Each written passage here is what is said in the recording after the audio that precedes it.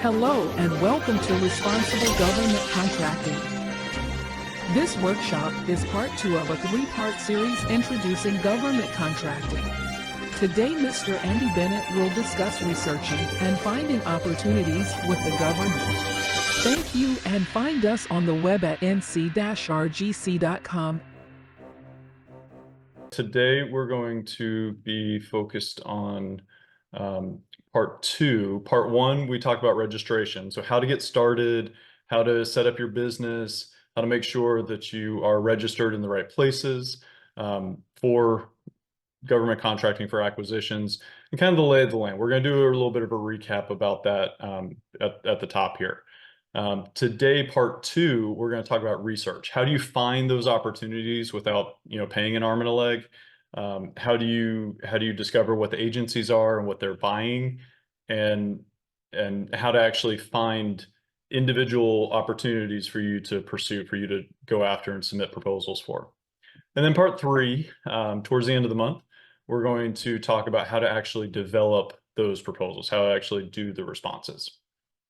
So like I said, today we are, I'm not sure why here. Something's different. I don't know why. You gotta always love that. Right, having technology here.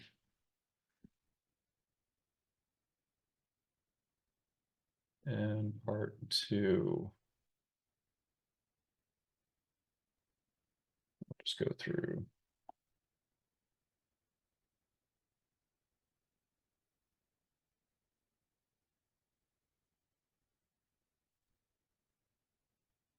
See, there we go.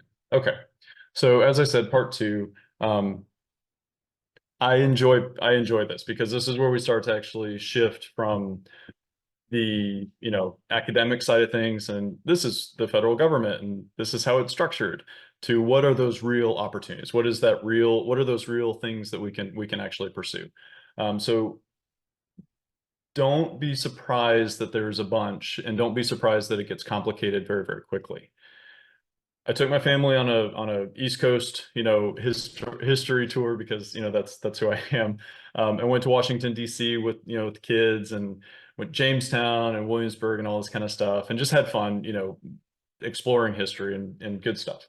Those are a couple of my kids at Jamestown, and on the left-hand side is Colonial Williamsburg. If you've never been there, I highly recommend it. I got a kick out of it. And they really represent what the civilization was, what we were in the 1600s, right? So hundreds of years ago. And what they do is they have a tinsmith, they have the stables and barns, and the baker and candlestick maker and all that kind of stuff. Well, I was talking to this guy who was the tinsmith.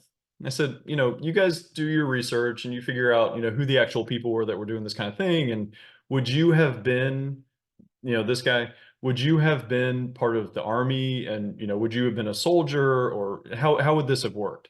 He said, no. He would have actually been a small business owner that would have had his own forge, his own shop. And the army would have contracted with him to make their, as a tinsmith, the little cups and canteens and that kind of stuff, and the ironsmith, the steel, all of those different functions would be contracted out to local proprietors, local small businesses. Like, that's interesting. So we've been doing this for hundreds and hundreds of years. So give yourself patience. There's a lot of red tape that's been, wrapped around this process for many, many years. So it's complicated. What we're going to do today is level the playing field. So if I say something that doesn't make sense, stop me. I have, let me get my chat open, and you guys can, stop me, or, feel free to unmute yourself and ask questions. All right. So now let's do a little bit of a review and cover again what we did in part 1. I like to call them the 4 legs of the table. Because in my experience, I've been doing this for about 22 years now, and in my experience, the people on the government side, all government employees, fall into some of these, one of these four categories that you're going to be interacting with. So the first ones are the finance people. These are the ones that pay the bills.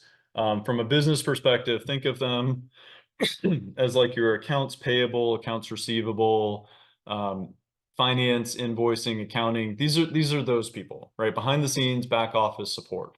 They are not making decisions on who wins or loses contracts. They're there to help you get your bills paid.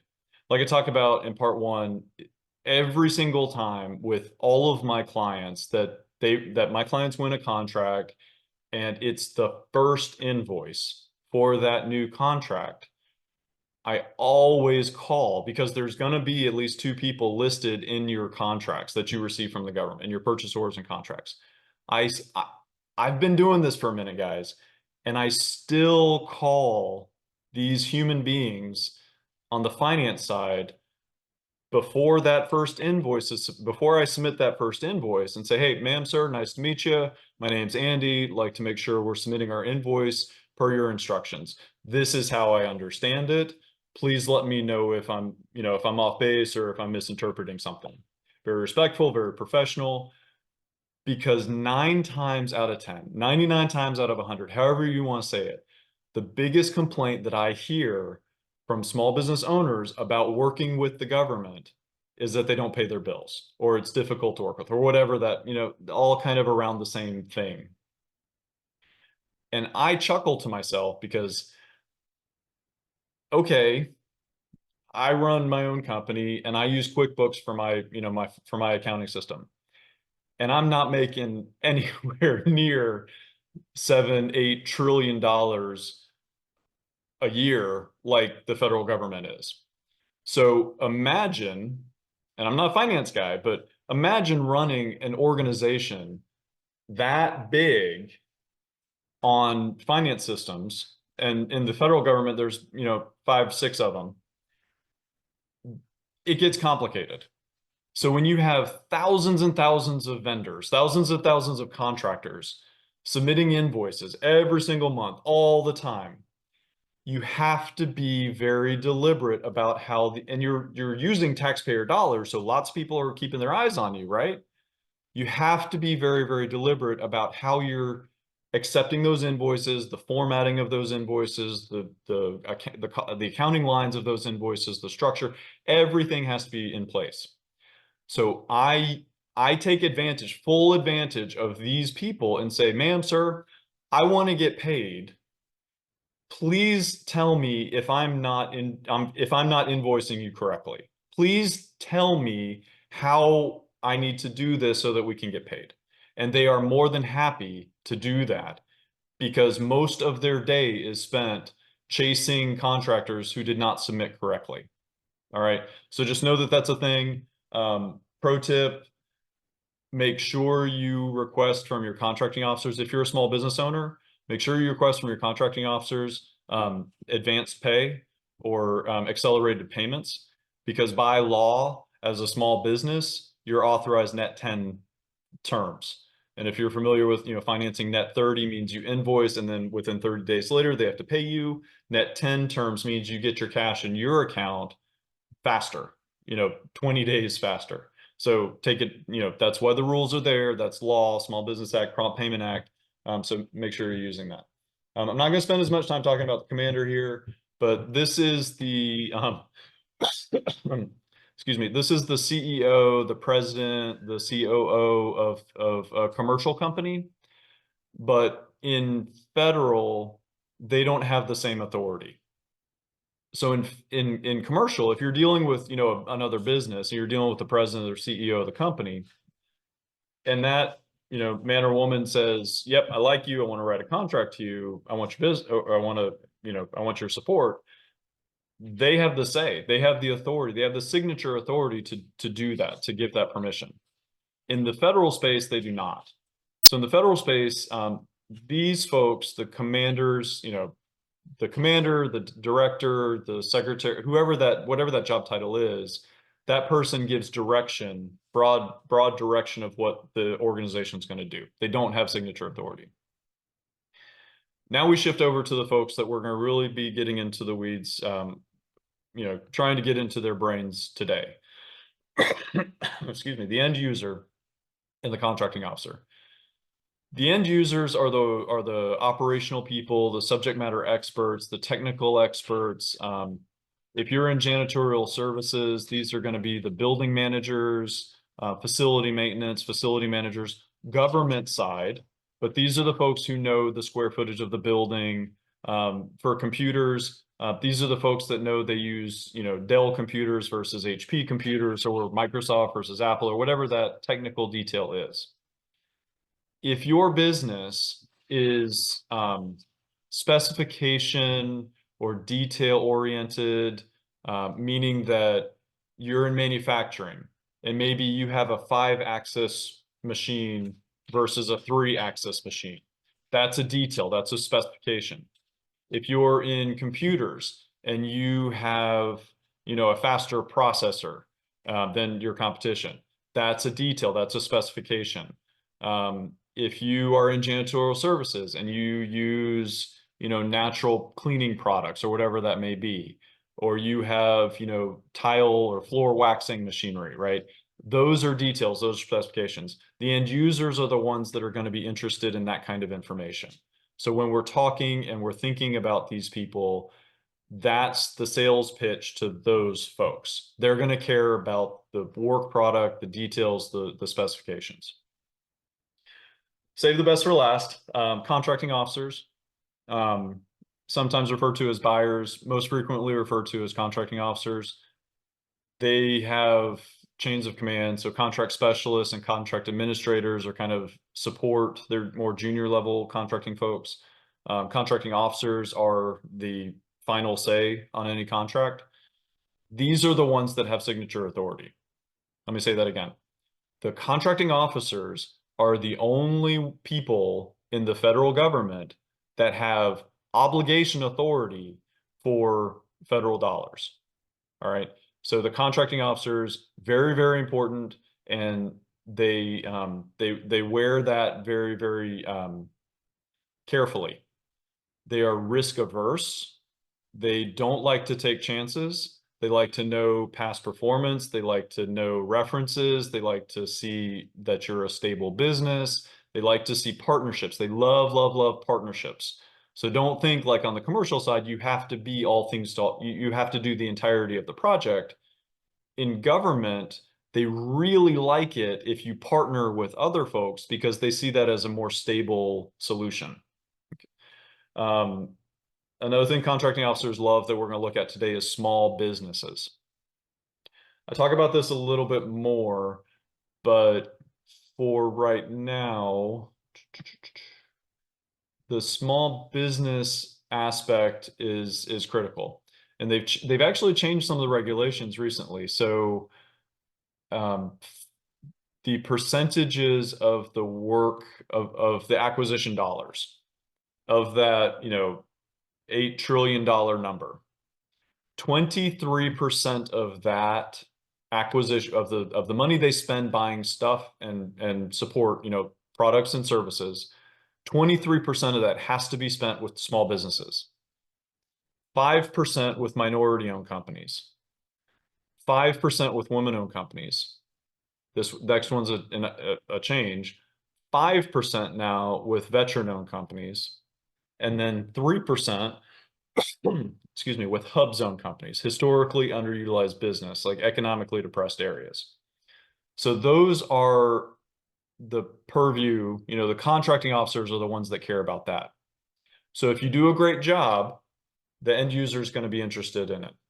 If you do a great job and you're a small business, both the end user and the contracting officer are going to be interested. All right, this is the same thing, same information, just said differently.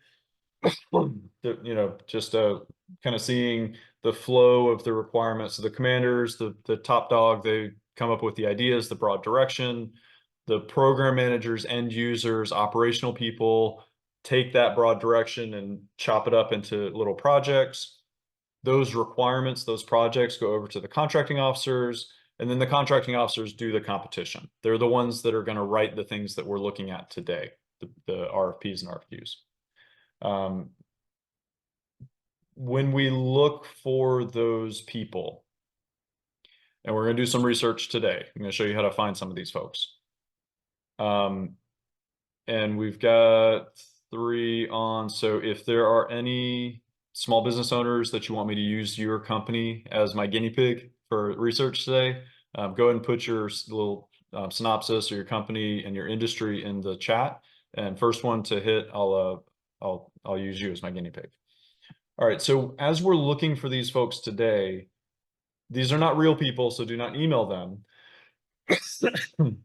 But the boss, right, at the headquarters level, they are the ones that wear that, pirate's hat. They're the ones setting the direction. The contracting or and there's chain of command. So there's commanders and bosses at different levels. And then that end user, that project manager, is going to sit down here. All right. So that project, and there's going to be multiple project managers. That contracting officer over here is going to have another special type person that I did not mention. And this person can be your foot in the door to most offices, to most federal offices. That small business advocate, small business advisor, small business office of small and disadvantaged business utilization, all the same thing.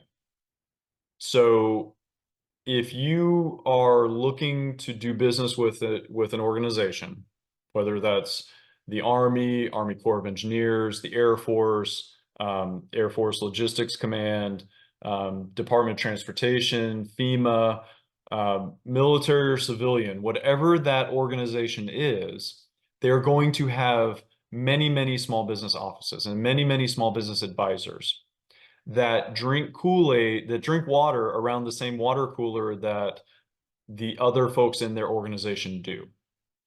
Because if you go to the Small Business Administration, that's over here in green, SBA, Small Business Administration, they're wonderful folks.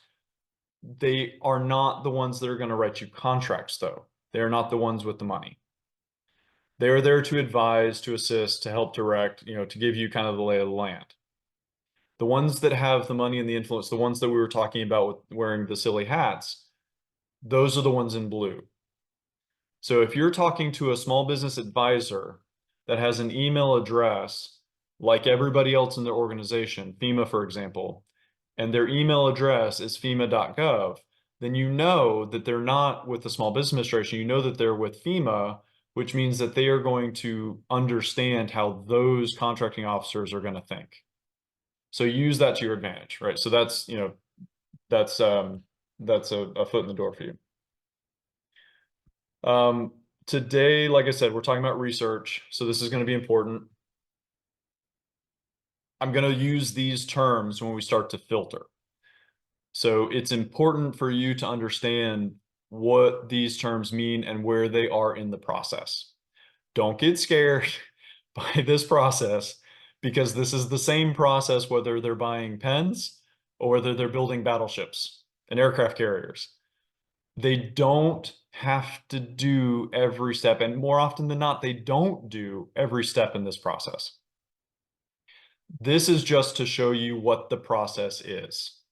And remember, don't worry about, frantically taking notes. This recording is going to be, free to you guys on the website. This process starts up in the top left. The commander gives their intent, right? Remember, broad mission intent. That's internal. Sometimes we see that. Sometimes we see those agency forecasts. We are not part of that discussion, though. They decide what's important to them, and they decide the direction that they want to go.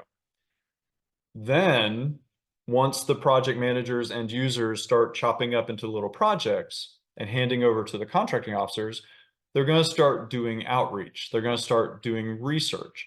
They're going to shop around for milk at, Publix, Target, and Walmart, just like, you and I do. But they don't know that they want, excuse me, they don't know that they want to buy, they know that they want to buy milk.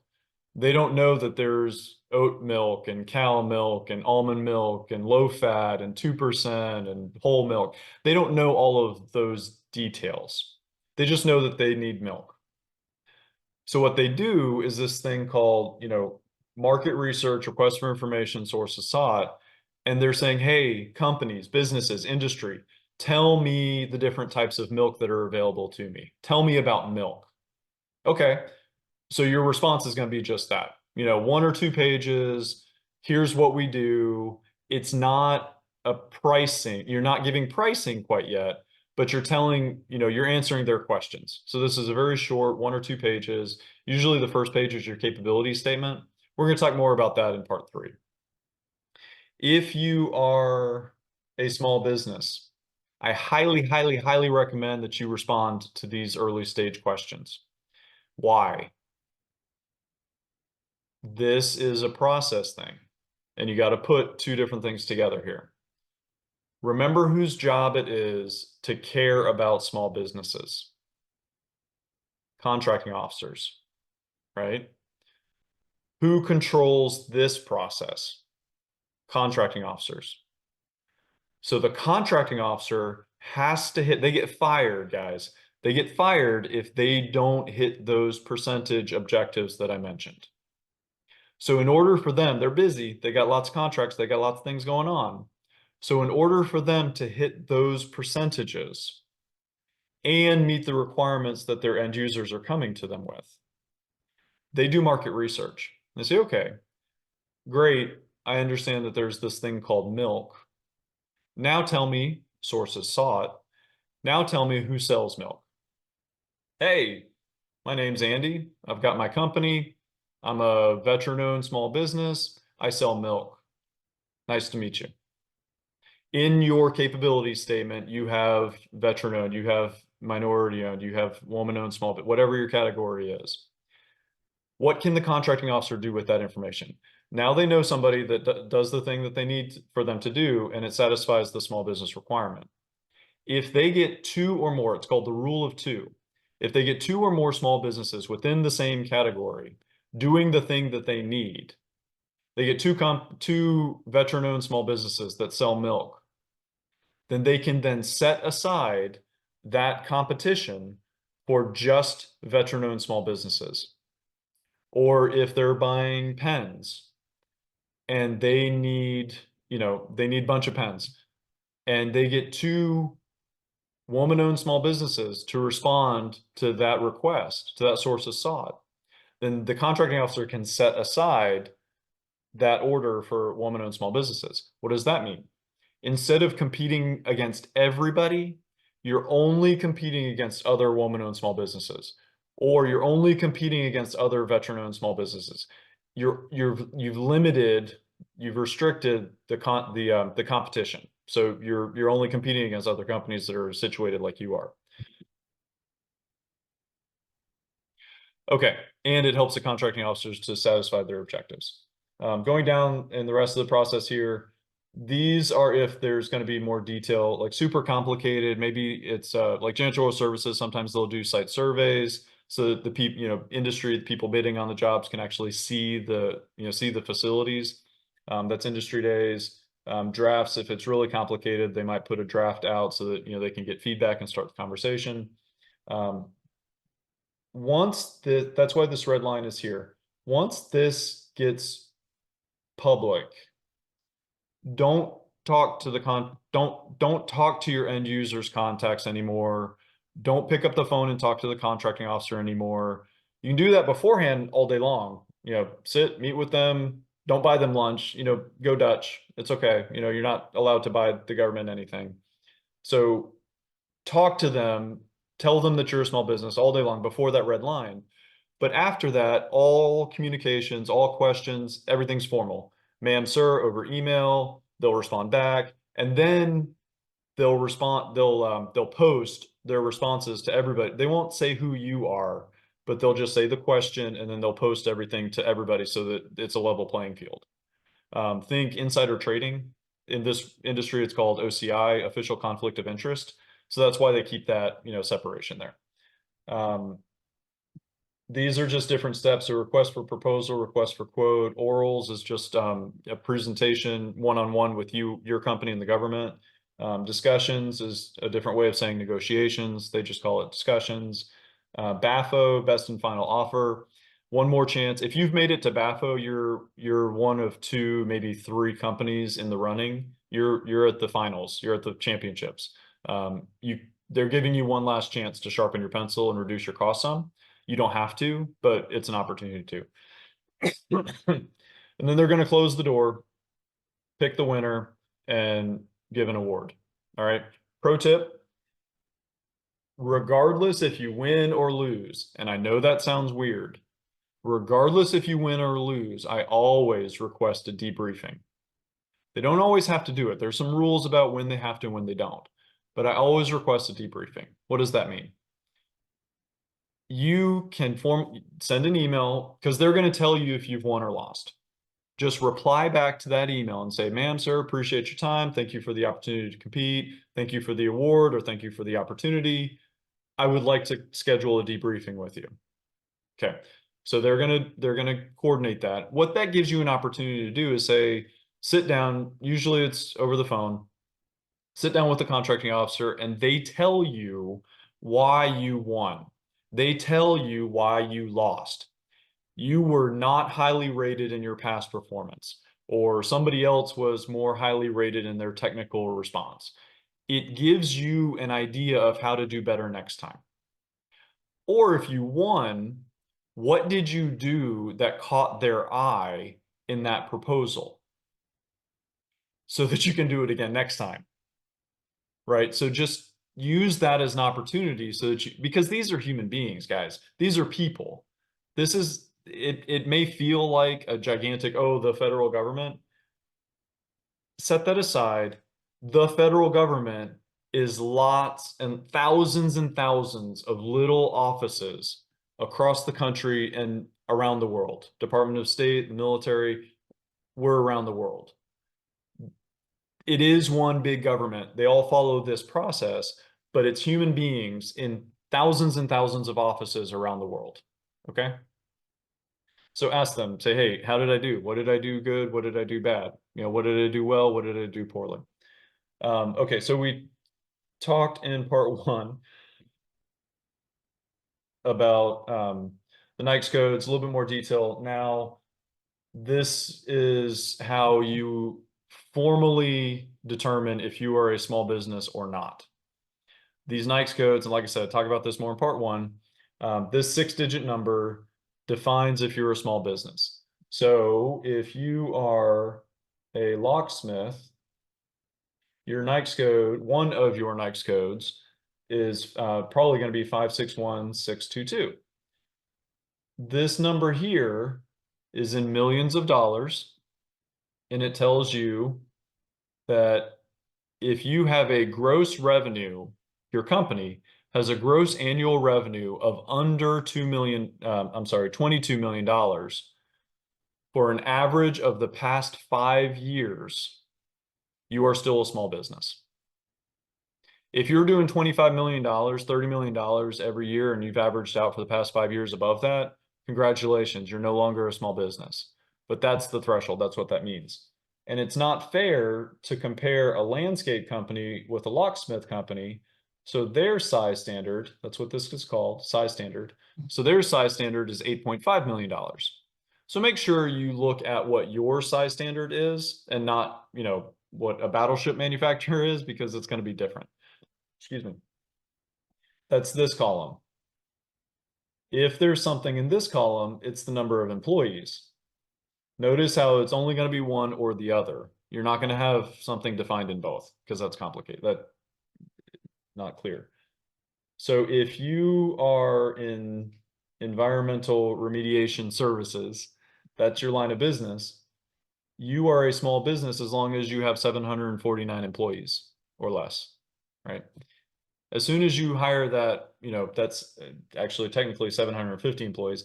As soon as you hire that 751st employee, you're no longer a small business. You've graduated, right? So that's what that means. That's how you know if you are a small business. That is the way the federal government determines small or not small.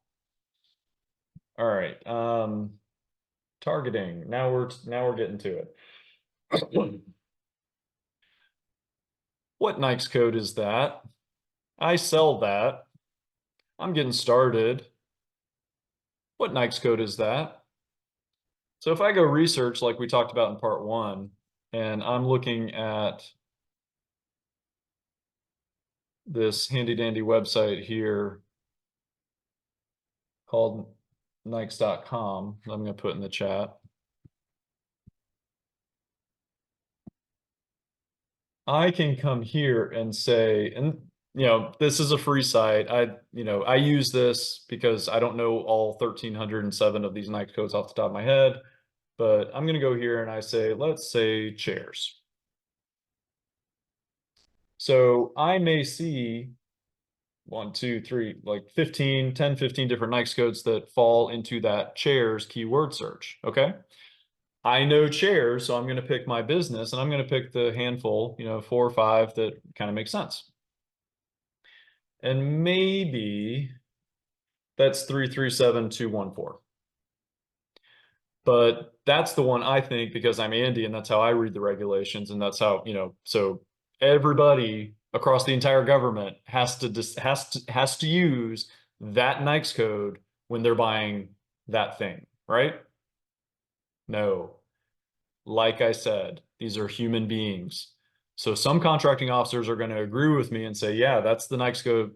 Any knucklehead's going to know that that's the NAICS code you use when you're buying chairs. But somebody down the street, another contracting officer down the street is going to say, well, no, that's 337121. Another one's going to say, no, that's 125. Okay, maybe chairs is an outlier. What about janitorial services? I think it's going to be 561720. Crazy if you don't think it's that one, right? Another contracting officer may think 561740, and another one might think it's totally different. What does that look like? Because now when you're practically, and we're going to go to this website here in a second, but when you're actually looking at these opportunities, this is an opportunity. And if I'm only looking for janitorial services under 561720, I'm going to find that opportunity. And I'm going to find that opportunity. But I'm not going to find this one because that contracting officer decided to use a different NAICS code. And if I'm searching for something and they're posting for something else, ne'er the two shall meet, right? So I'm going to be spinning my wheel. What I'm going to do is I'm not going to find all of the potential opportunities that I could win, right? That's money on the table. So you want to make sure, how do you correct that? You want to make sure that you're looking at that NAICS code search with through the eyes of that crown, through the eyes of that contracting officer. How is a contracting officer going to see that NAICS code? Another thing to consider, if you're an electrician, if you're a carpenter, if you're a plumber, you are not going to find new construction under the electrician's NAICS code because each contract can only have one NAICS code. So if you're an electrician, what NAICS codes are you going to be looking under? Well, electrical for sure, but also probably general contracting, right? Because the only NAICS codes that fit all of those different trades in construction is going to be under that general contract, the GC, the general contractor's NAICS code, right? So you need to think about your industry specific to your industry and make sure that you're looking at it through the lens of the contracting officer because I don't envy contracting officers. It is not an easy job. They've got a lot of eyes on them and they're always the one that did something wrong. So just have, like I said before, have grace, have, humility and understand that they're human beings too. All right. So now that is not the end of the workshop. Let's go through the actual websites now. I'm going to teach you some tricks here. I'm a Windows guy and I'm using Chrome as my browser. Doesn't matter, just want to make sure you see what I see. I'm going to go to, let me zoom out so it's not crazy big. There we go. All right, so this is the same website that we talked about. I'm putting it in the chat now. This is the same website that we talked about in part 1, when we talked about registering your business. And that same login that I used in part 1 that we created to register our business, to get our cage code, is what I'm going to use here. So I'm going to sign in. You don't pay for this. This is a free site. You don't pay for this. Okay. So I'm using my authenticator app, just like if you're logging into a bank, you have to have two-factor authentication. So my, username and password, and then for the next, few seconds, the token they gave me is that. And now, am I still sharing screens? You guys see the website, right? Thumbs up. Yeah, okay, good. All right. I'm like talking to myself here on mute. All right, so what I go to initially is my workspace. That's going to take you to your workspace. This is not where you want to be to find opportunities. This is where you maintain your company profile. So what I'm going to do is I'm going to go over here to search, right under Uncle Sam here, right under Sam, search. I'm going to leave it at this perspective. I'm going to zoom in and out a little bit, but I just want you to see the whole page so it is. All right, and the T3 Impact Tax Solutions is going to be my guinea pig here. So this is, all I did was unsearch. I'm going to select domains and I'm going to hit contract opportunities right here. All right, now, I don't know the first thing. I mean, I have a CPA, I pay taxes, but I don't know the first thing about that. So I'm going to do, let's do tax. Just a wild card. All right, so tax preparation services, bam, easy. All right, so I'm going to use that as just kind of an illustration here. All right, so 541213 is the next code I'm going to start with. I'm going to show you how this works. Excuse me. I'm going to zoom in now, so don't. All right, so it's a little bit easier to see. This is like Amazon. This is like Walmart. This is like Target, whatever website you go to buy stuff. You're going to filter and you're going to have to play with the filter to get the results that you want. There's not one silver bullet, golden ticket, whatever you want to say, to figure this out. You have to be flexible and you have to play around with it. The benefit of logging in is that I can do this and save my search. So I can come back and just run that search. If you go to an Apex Accelerator or SBDCs, they used to be called PTACs. They're going to help you with this part of it. They're going to set that up and you're going to get an email from them that gives you these opportunities. I like to go in and do it myself just so I can kind of tweak the filter and see what other opportunities are out there. All right, so down here, all I did was scroll down. Down here are the different areas that I can play with, that I can filter. This is crazy bonkers. I don't know what to tell you guys on this one, but all I can say is this is crazy bonkers, because in this world, sometimes that contracting officer works for the Navy and that end user works for the Army, or that contracting officer works for NASA and the end user is the Air Force, right? So they're called funding agencies and awarding agencies. So when you get here and you look at federal organizations, well, are they talking about the funding organization or are they talking about the awarding organization? Are they talking about where the contracting officer sits or are they talking about where the end user sits? Different contracting officers are going to interpret that differently. I leave this blank. I leave this blank because you don't know. Dates. You can play around with this. I'm going to show you what I do. On the top, on the response date offers due, I select custom date.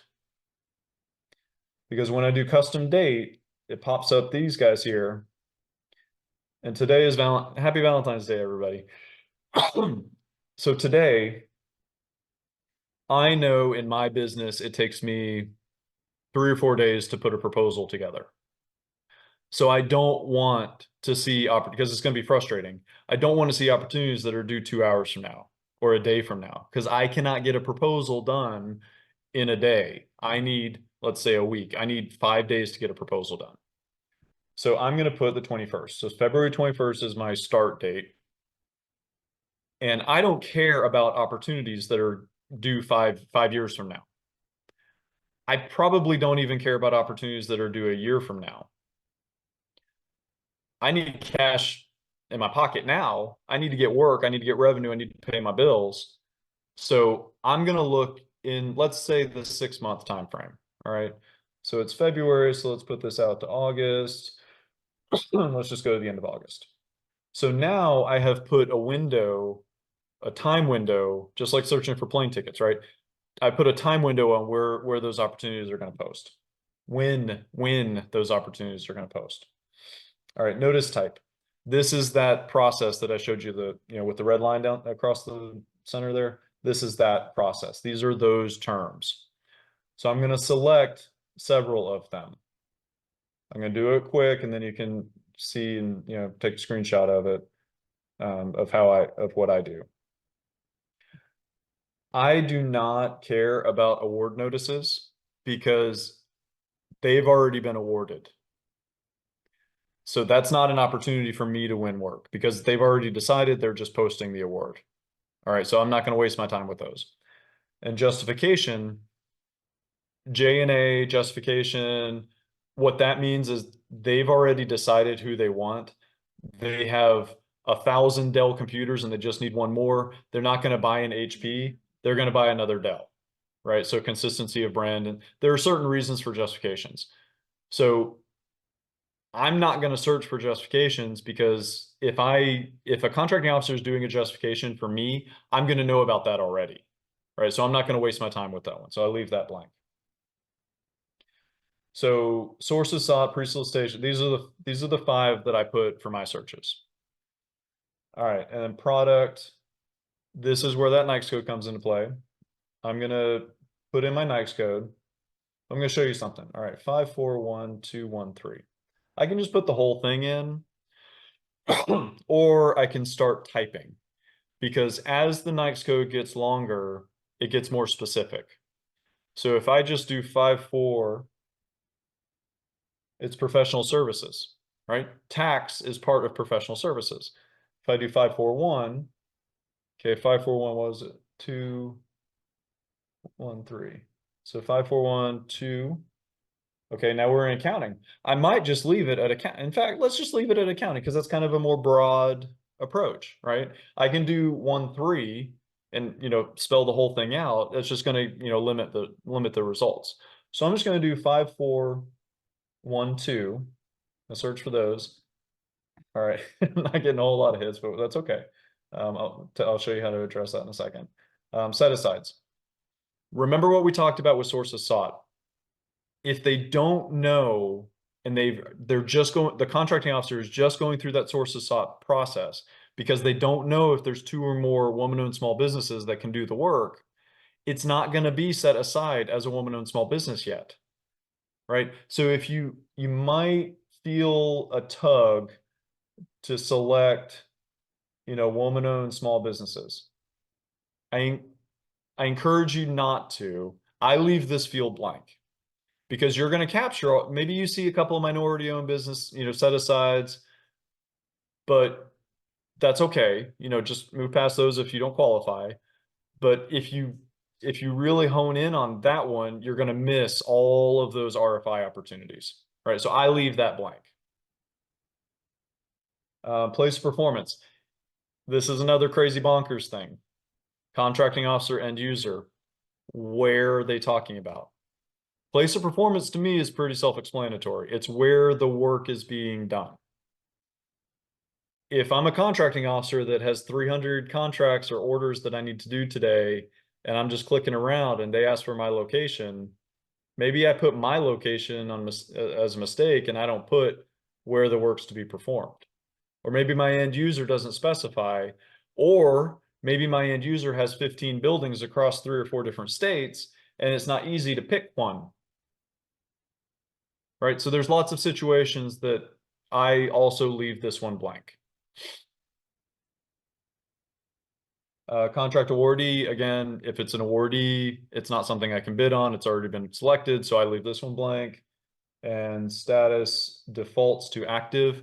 If you want to look historically, you can put inactive, but that's just, for a history lesson, the search defaults to active, so just leave that alone.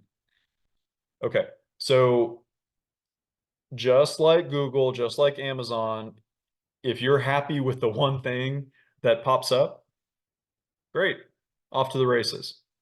I'm going to use that as an opportunity. So I'm going to show you what I'm going to do here in a second, but I'm going to take a look at this one. I'm going to leave that one open. And what my eye goes to is I'm looking at the words that they're using. So they don't say tax, they say financial, they say audit, right? So those types of words, I'm starting to take note of that just mentally.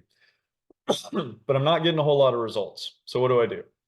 Well, I went from a bunch of results to a few results when I put in that NAICS code. So I'm going to take that out. I'm just going to click on that little X and it's going to remove that search. But I don't want, janitorial, don't want assembly, I don't want machine parts because that's not what I do. So I still want to limit my search. So I'm going to try audit. And it keeps all of the other filters that I put in previously, but it just adds a keyword search. I could have done it down here too, but it just adds that keyword search, that filter to my results, right? So now instead of 1, I've got 112 results, which is better. Maybe so let's remove that one with the little X here, and let's do tax. Okay, so now I have 95 results. So see how I'm playing around with the parameters of the search to get different results? Don't get frustrated if you just see one because you put in everything that you think you need. Be flexible with it and, just kind of play around with the different parameters and see what you find. All right, so this is pretty helpful. I'm going to go with 95. You don't want 1,000 results. That's too much. That's boiling the ocean. 150, 25, those are good numbers to work with, depending on how much time you have and how much time you want to dedicate to this. Because you still got to do your work and you got to put food on the table. This is not your line of business. This is leading you. This is a step in the process to get you to winning contracts. So when I see these results, I'm going to start looking at them. All right. Each of these is a different contract. That is one. This is a different one. See how these little lines here, these kind of separate that? So each of these is a different opportunity. I'm just going to glance through these and see which ones catch my eye. Configuration support, magnetics, not really. I'm not really seeing tax support. So maybe that word tax is just in the text of these documents somewhere that's not really, it's not really what it is that I want to do. So maybe I need to rethink using tax as my search word. And let's go back to audit, because I think there were more accurate, more relevant ones there. All right, so now I'm going to search through here.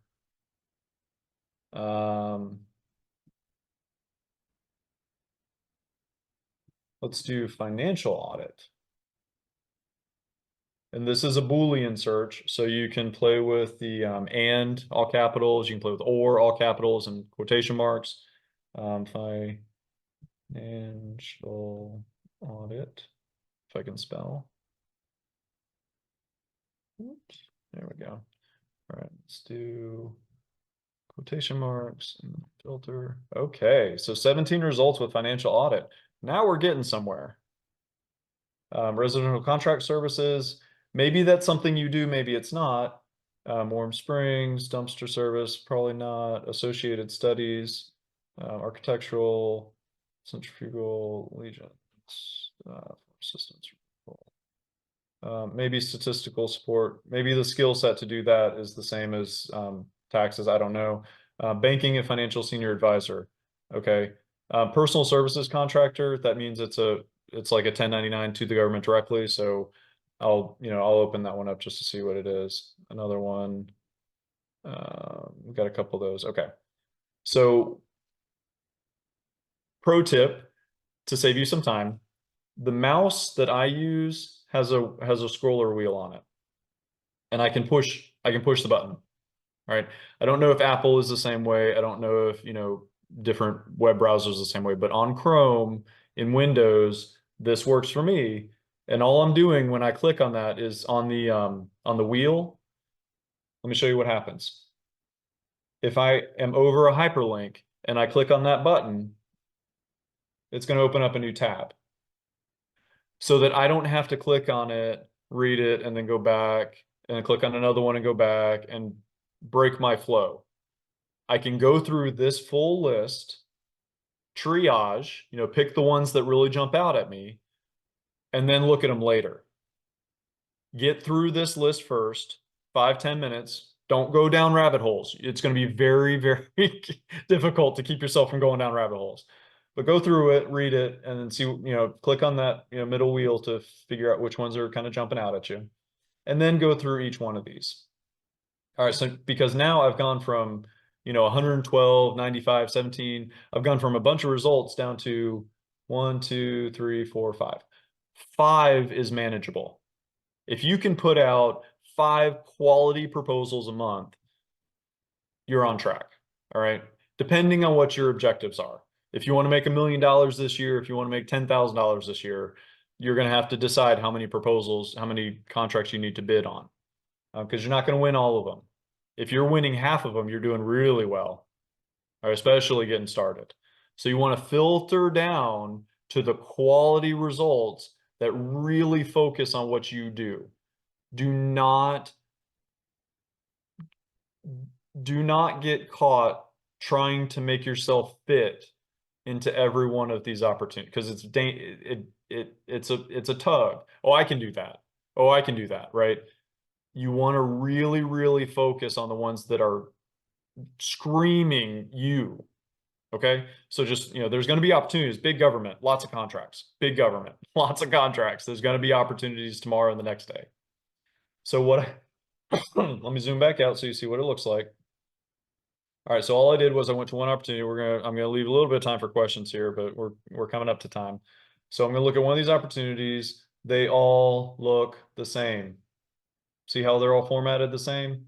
I've got a Department of Treasury, I've got a Department of Labor, and I've got a Department of Defense, Air Force. Right? I've got different opportunities, but they all look the same. This is let me zoom in now, show you. This notice ID, this is a social security number for that opportunity. That is going to be the same reference number if you want to go back and find it again. So if you like this one, write it down, put it on an Excel spreadsheet, track it, however you do it, but keep track of that one. All right, it's going to tell you chain of command. So Department of Defense, Air Force, District of Washington, and then the actual contract office. So that gives you the chain of command for who's putting out this opportunity. Pre-solicitation. Remember that pre-solicitation umbrella is all that market research, request for information, sources sought. So they're in early stages here. It makes sense to me that they're in pre-solicitation and there's no set aside. Let me show you one that has a set aside. Okay, another sources sought. Let's find one that's a little further along.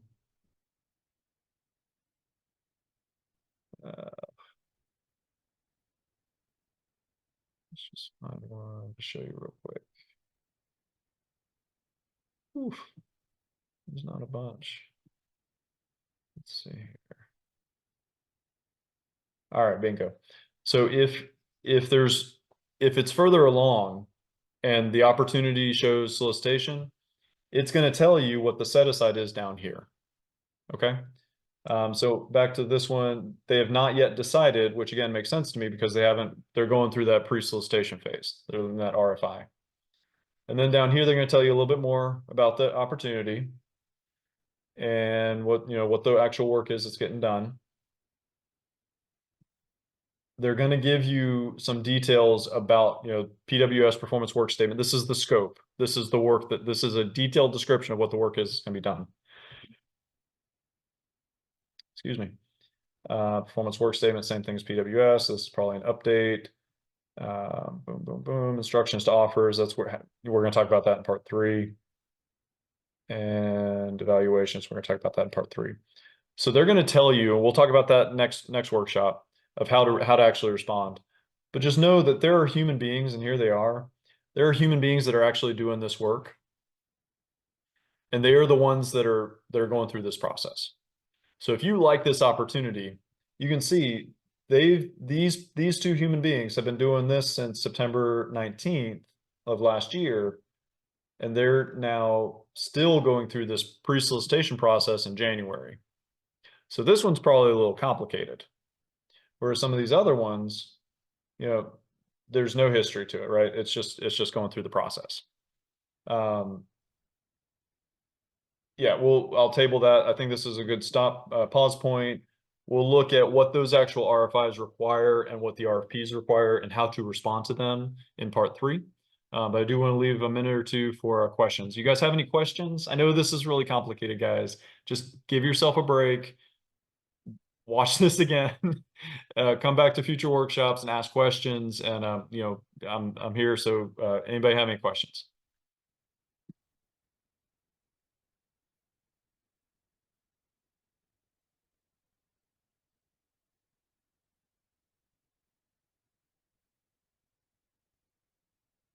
Is sub-tier the same as end user? Sub-tier is usually, in my context, in my experience, that's usually referred to on the contractor side. So businesses would be the prime or a subcontractor or sub-tier, like a trade, you know, like a business working for another business who is working for the government. So the government awards a contract to a prime, and then that prime may break out little pieces of work to subcontractors. So sub-tier is usually what that refers to. End user is a different thing. Maybe in chain of command, like the Army Corps of Engineers headquarters, and then a sub-tier of the Army Corps of Engineers would be the Jacksonville Army Corps of Engineers district office, right? So they may have different levels that way.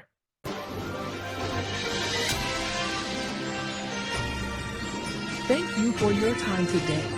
We hope this workshop was instructive and informative. Please find additional accredited courses and other support services on our website at nc-rgc.com